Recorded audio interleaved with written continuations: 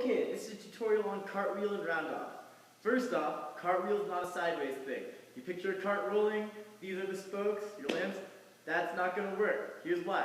Your body doesn't bend sideways, it bends forwards. Even if you could really reach, you've got to have almost a full splits and be in control of it to get to the ground bending sideways. And then your momentum's still going to be choppy, even if you can do that. So little kids try and learn this move, especially if they're self-taught, like I was. That's why my cartwheel roundoff is a mess.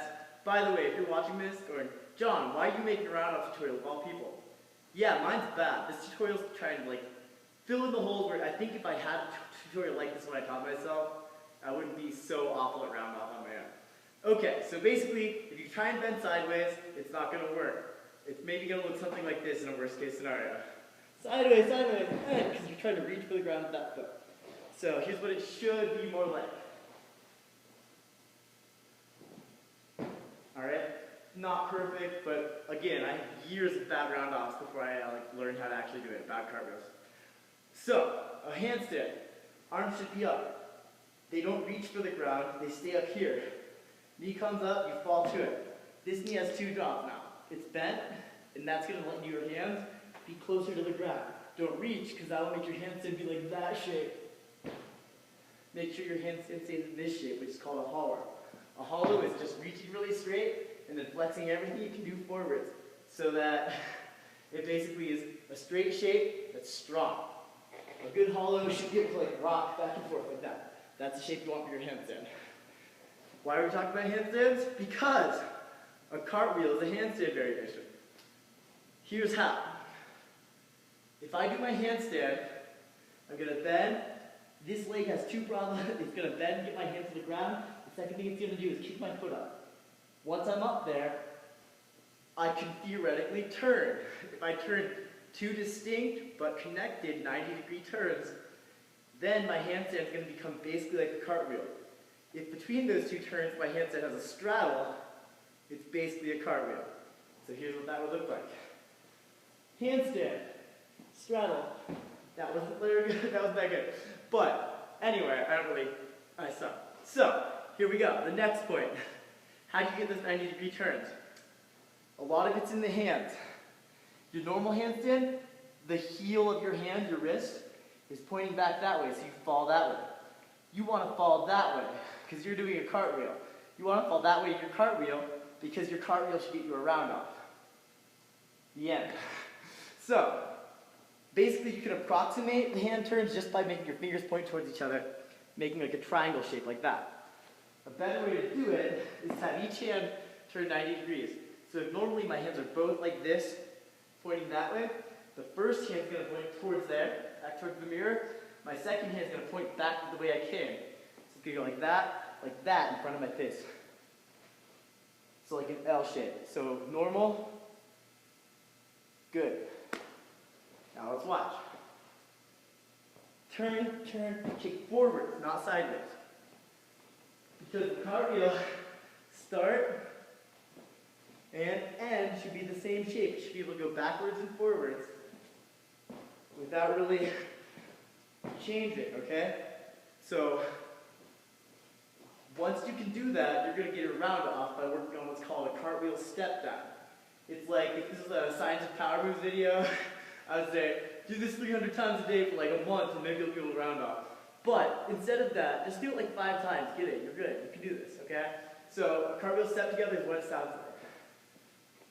Your feet are going to land at separate times in the same spot. So at the end, it'll look like you just did a roundoff, except you're not probably bouncing. So, arms up, bend the foot. This foot's going to push up, push that leg back in step 1. And when that leg pushes back, that pushes my hands down so that they don't reach down. They stay up here, but the back leg tips them down like a drinking bird, kind of. That leg, push, push. Cartwheel, I forgot what I was doing. Cartwheel step together. Right, alright, hold up. Alright, that's all we're doing. Once you can do that, and it's clean, then you can move on to the roundoff. If you skip that step and just try and snap your feet together, it's going to look something like this. And it's just not going to work very well because you're not completing that second 90-degree turn. So you have to make sure your body turns. So like my back would be facing the mirror, my stomach would be facing you, and I'm upside down. So first turn, second turn, step down, but faster. So basically what you're going to do is the first foot, this leg, it gets pushed straight up behind you. Your hands turn you, it gets to there. The second leg has to catch up. It shouldn't catch up late.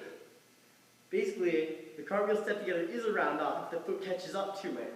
It has to catch up right after you go over the top. So the first leg kicks all the way up to there, pressing off the floor because of your other leg. Then the second leg stays straight, catches up. When you get to there, you should basically be in a hollow handstand back this way. But with your hands sort of in that L position still. So it should look like this. Or approximately. Like I said, years of bad round-offs have made mine a ruin. Alright, so now, basically, if you can do that, the last thing you need to think about is the arms. They should stay straight. If they don't, it's going to be ugly, it's going to be hard to get power. It's possible to get power, but you're just going to have more if you can keep them straight. So, what you want to remember is the cartwheel is a handstand. So it's a hand balancing thing. So each one of these arms, if you try and push them straight, that's just going to make your elbows bend more. Instead, what you're going to try and do is have each arm be doing a separate handstand. So like, push like a one-arm handstand. Turn the hand, push like a one-arm handstand. So you're going to be posting up on each arm, pushing with your shoulder to reach tall, not pushing to go fast, not pushing strong, not pushing at all. Reaching, okay? So it's going to literally be like handstand, rock to handstand. So like two really fast one-arm handstands. Post, post, and that's going to give you the limb way taller than if you're bending it off. When you actually go to do a trick, that's like a free foot of height compared to like, or something, okay? So, if you're going into tricking, it's going to be hard to start with both arms in front of you. You might be coming out of like a hook kick or something. But what I urge you is get every part of you to catch up as fast as it can, even if it's actually a cartwheel trick, so that your cartwheel turns into a round off as soon as possible in the move. And if the ending has to be different, it should be a round off for as long as it can. And then, if at the end you have to go sideways or something because you're doing a cartwheel, you know, do what you have to do for the transition you want. But the bulk of the move, you should anchor to a good round off to get good power. So, I guess, like a cartwheel, you might end up sideways. If you're posting with those arms, it's easy to get good height. So like, and then the round off, if you're posting with those arms, easy to get good height. As long as you're snapping down, you'll get a good bounce.